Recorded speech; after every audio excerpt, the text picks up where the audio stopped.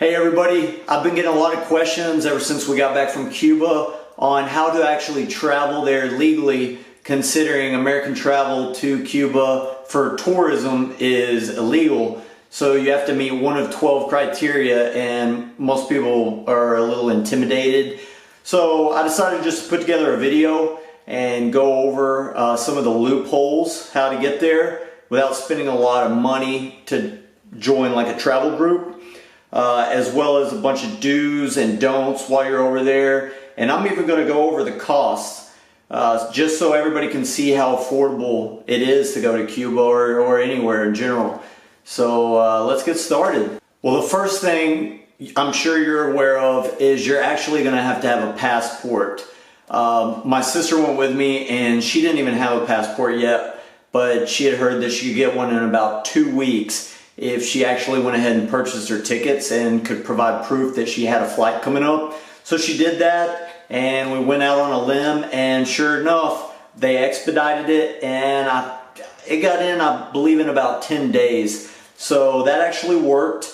I don't recommend it. If you can, just go ahead and get your passport now.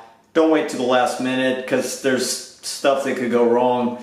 So just go ahead and get it. I've been getting a lot of questions ever since I got back from Cuba about how to actually get over there, considering every time they go to purchase tickets or to purchase their Airbnb that they're getting told that they have to meet one of 12 criteria, and tourism's not an option. Tourism for American citizen is still illegal. So instead of joining a large expensive travel group, which I'd done a lot of research on and that looked like the only option, well, I'm going to tell you the two options that you can actually take, sort of a loophole out of those 12 to actually get over there and enjoy yourself, enjoy Cuba. Next, you're going to need to book your flights. This is the part that I get asked the most questions about, because at the very end, you're going to get asked if you meet one of 12 criteria for actually going over there. And tourism isn't an option for American citizens. So I'm actually just going to go ahead and walk you through here. And for the sake of time, I'm just going to choose the first option of everything.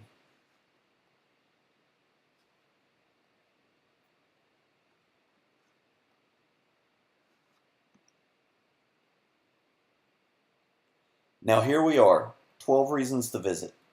You're probably not going to meet 10 out of the 12. Probably not going to be comfortable choosing what I did, journalistic activities, but that's what I chose. I started Travel and Error a couple weeks before I decided to go, and it would give me an excuse for visiting. Most people, though, actually choose support for the Cuban people. If you're booking an Airbnb, if you're eating at their restaurants, you're supporting the Cuban people. So technically, you meet this option. You might be a little intimidated to try it, but they're not going to give you any problems. One thing you're going to need when you get to Cuba is a place to stay. Hotels in Cuba are off limits to U.S. citizens because the Cuban government actually owns all the hotels over there.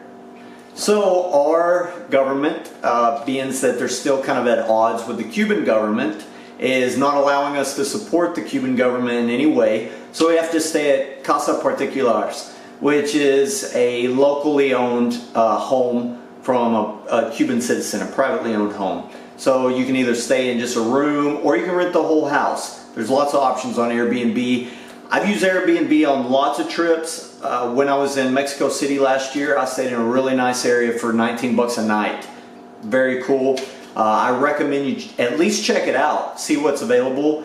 It's really neat. I mean, lots of reviews so you know what you're getting into, unlike a lot of hotels and stuff. It's a lot more reviews because most people review where they stayed after they stay at the Airbnb. You'll find a lot more reviews there. And since the person that actually owns the place either lives there or lives close by and they're managing it themselves, they don't have some other manager and they're out of country or they're out of state and they own a bunch of different properties and they don't care as much.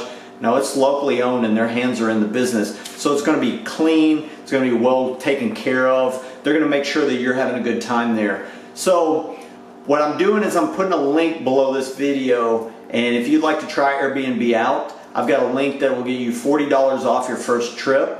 and just follow the link and it'll hook you up. One thing you're gonna have to do is bring cash with you. If you've got an American bank, your ATM's not gonna work over there.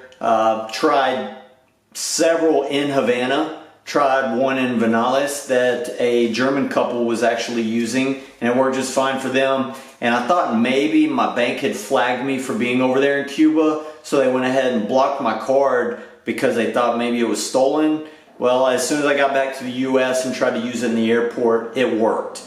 They actually just don't accept American cards over there.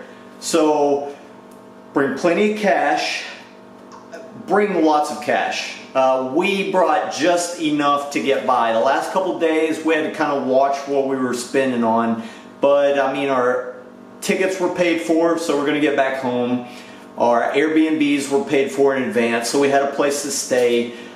We watched our budget for food and everything the last couple days and still had a great time. So definitely bring enough cash. Before I got there, I had done a lot of research online about the best ways to save that 13% that they charge in Cuba for exchanging your currency, because they have a peso that is strictly for tourism called the convertible peso. Their people don't use it, it's strictly for tourism. So I was reading that it's about a 13% exchange rate, but I figured at different hotels or at banks or exchange houses, casa cambiar, I figured that it would be a lot different, but 13% flat everywhere we went. So I was reading online that you need to go ahead and exchange your currency before you get there. Go to a local bank. Especially if you're in a big city. I would have thought that some place like Bank of America or Chase Bank would have actually dealt with the currency, or especially the airport in Miami right before we went there, but they don't. Since it's strictly in that country, they don't deal with it.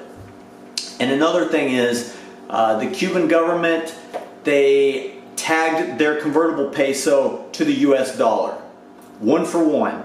It doesn't matter how good the US dollar is doing or how poorly it's doing, it's converting 1 to 1. Now, while other countries will come there and maybe, let's say, the euro, they're going to exchange differently depending on what the US dollar is trading for that day.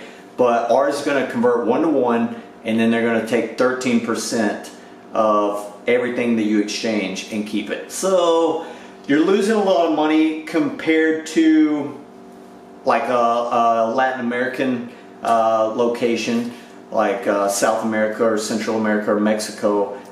When I went to Mexico last year, my US dollar was converting to 18.5 pesos, which was awesome. I was eating like a king. It was great. Over there, it's going to convert about the same with how you're eating, and everything's going to be similar to US prices. So everything, that'll help you calculate where you're going to be spending. Consider what you spend out to eat, whether you want to eat really expensive food or if you want to eat just normal food, which I don't believe they really had any type of really fast food. Maybe some hot dog vendors or something, but you know, mid-range food, you're looking at 10 bucks a meal. Another thing you should definitely do before you go is learn Spanish. At least enough to ask for directions, ask how much stuff costs, negotiate prices. It helped me a lot negotiating taxi rides. Saved a lot of money, made a lot of friends, a lot of recommendations for stuff to do. It definitely helps. It shows that you're trying as well, so you're going to get treated a lot better than, let's say, if you went there only speaking English, expecting them to speak English to you. You're in their home. It's considered maybe a little bit rude, you know. So it's a lot easier than you think with the audiobooks and stuff out right now. So what I'm about to do very soon is release a video explaining how to learn Spanish or any language, what I've been using and what not to use. I've used a lot of programs that I think are garbage and just mostly marketing. So coming soon. So when we decided to go over to Vinales from Havana, we took a 3-hour taxi ride just for 2 people, paid $100, which we didn't know any better at the time. It was only our second day in Cuba and we were going straight to Vinales. And first taxi driver that asked us if we needed a ride, I asked him how much to Vinales, and we decided to go ahead and take it. Well, finding out later, I got better at negotiating, and we'd get a taxi colectivo, which is multiple people paying for that ride. Especially when we're coming back from Vinales to Havana, we had 7 people in the vehicle. So we paid 15 bucks each. So $30 for the 2 of us instead of $100. So bargain. If you're not in a rush, go ahead and ask for a taxi colectivo. You might have to wait a couple hours, but you're going to save a lot of money. Or you have another option. Now you may decide to go ahead and take the bus route, which is great. The bus, instead of $15, would have cost us $12 from Vinales to Havana. And even though we decided to take another taxi colectivo over from Havana to Veradero, to the beach for the day, I wanted, for the sake of these videos, to go ahead and try out the bus system and see if it was legit. And sure enough, it's comfortable. They're going to take about, for every 2 hours in a taxi, it's going to take about 3 hours in a bus. But like I said, they're comfortable. We fell asleep. They woke us up when we got there. They're clean. They're on time. And they're a little bit cheaper. From the taxi ride from Havana over to Veradero, costing us 15 bucks. The bus ride back cost us 10 bucks a person. Now the bus from Vinales back to Havana would have cost us 12 bucks a person instead of the 15 bucks. So only $3 a person we were saving for an hour less of a drive. We decided to go with the taxi. Now you may be tempted by your Airbnb host to let them go ahead and book you a taxi that will be waiting at the airport for you. They're going to have a sign up with your name on it. They're going to know exactly where the house is at. And they're probably going to tell you it'll be about $25. Well, if you're willing to get out there outside the airport and go ahead and do a little bargaining, if your Spanish is on point, you can talk them down to 20 bucks, maybe less if you're really good. So I would definitely bargain with them. They're going to be waiting there regardless. Trust me, there's an abundance of taxi cabs. You're going to find one.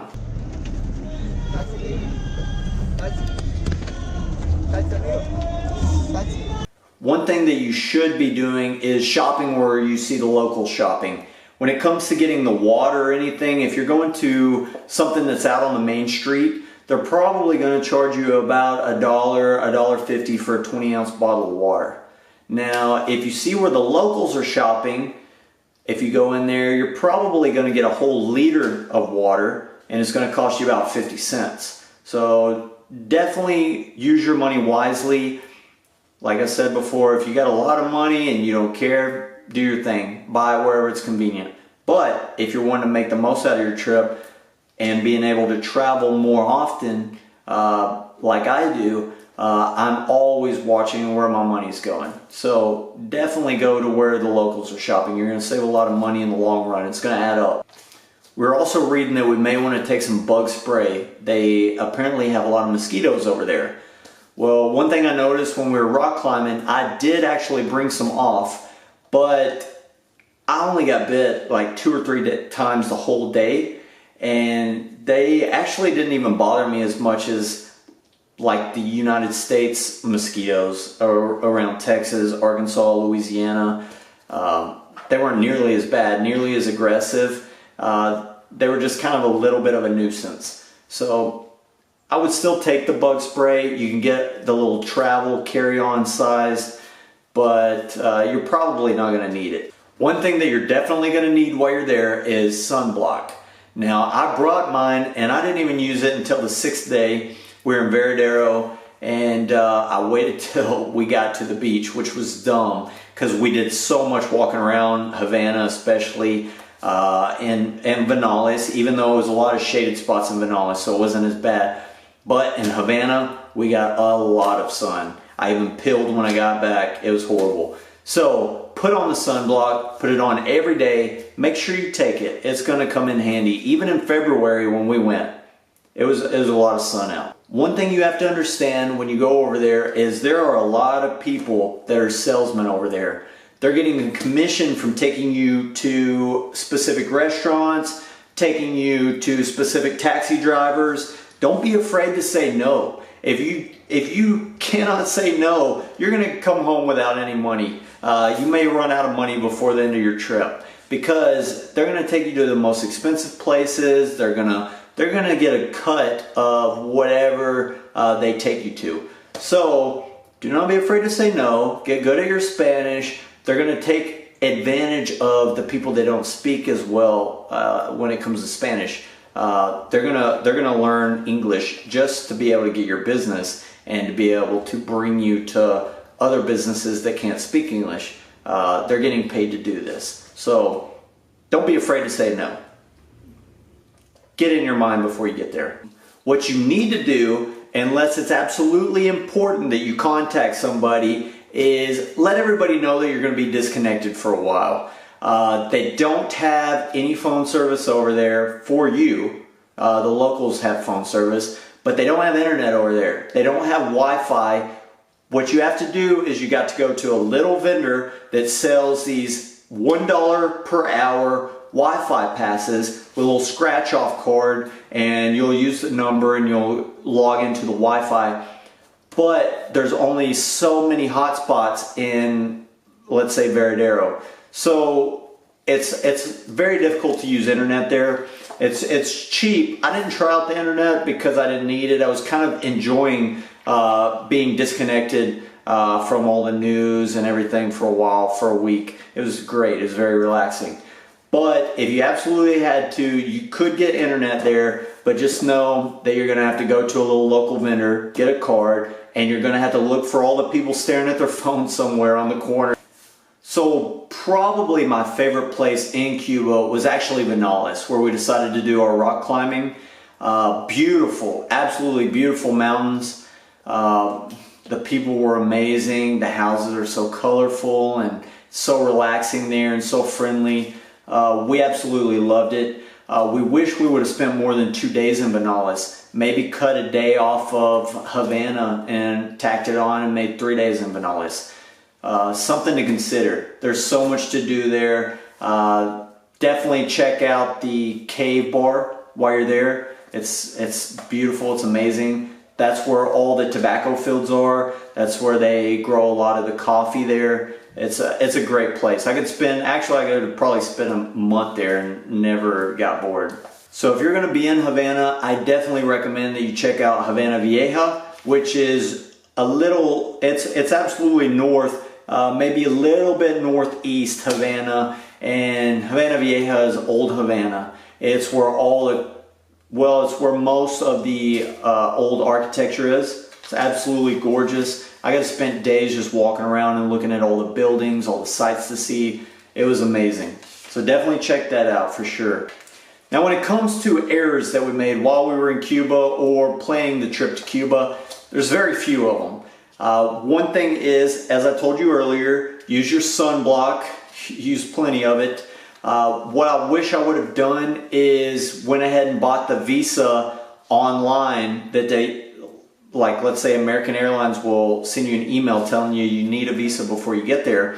I wish I would have bought it online, because it was $85 versus $100 at the actual gate before you get on your plane. But it was easy. It's just a little visa you fill out and they'll take it from you in Cuba. They'll stamp it, and it's real simple.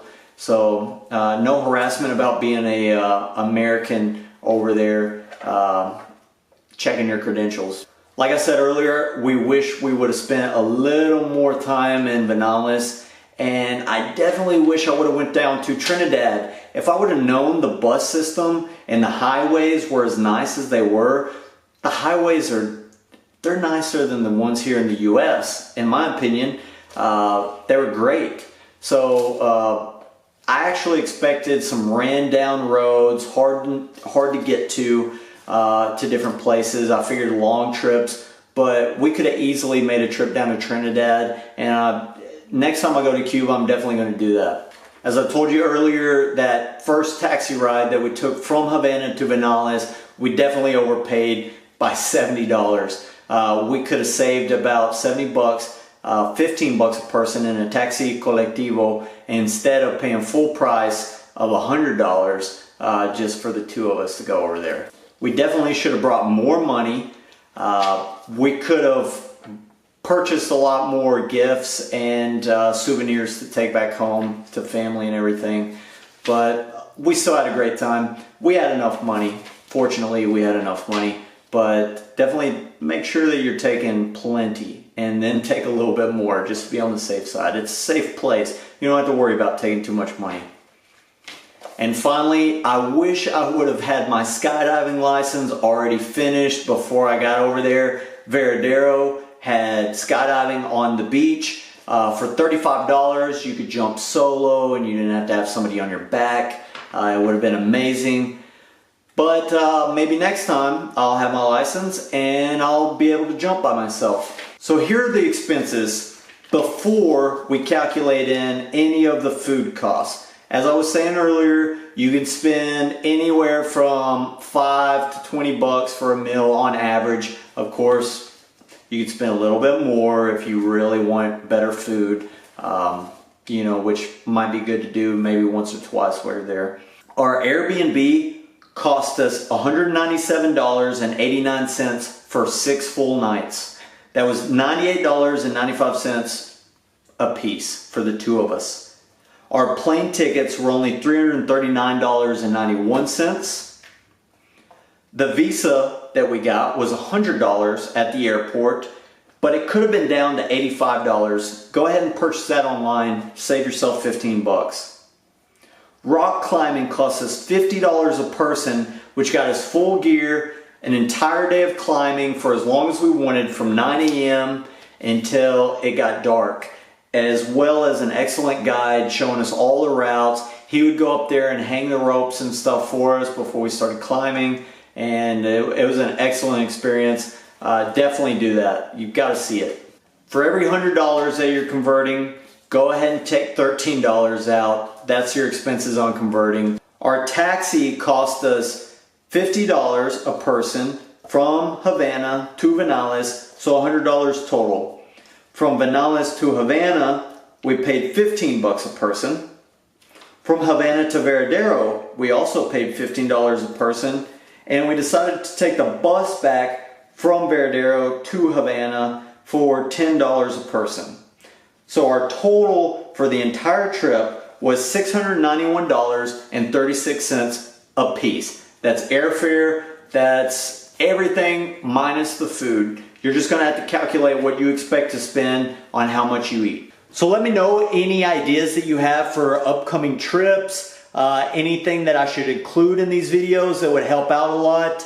If you have any questions on places that I've already been, especially Cuba, that you would like to know before you get over there, just hit me up, send me a message. Also, if you've been to Cuba and would like to give me some advice on what I should be doing my next trip, what I missed out on, hit me up on that as well. Look forward to hearing from you guys. Thank you. And one last thing, if y'all are enjoying these videos, please go over to YouTube, type in Travel and Air, click on the top one, it should be mine, and go ahead and subscribe. And if you haven't seen the last two videos, go ahead and check them out. Thanks, guys.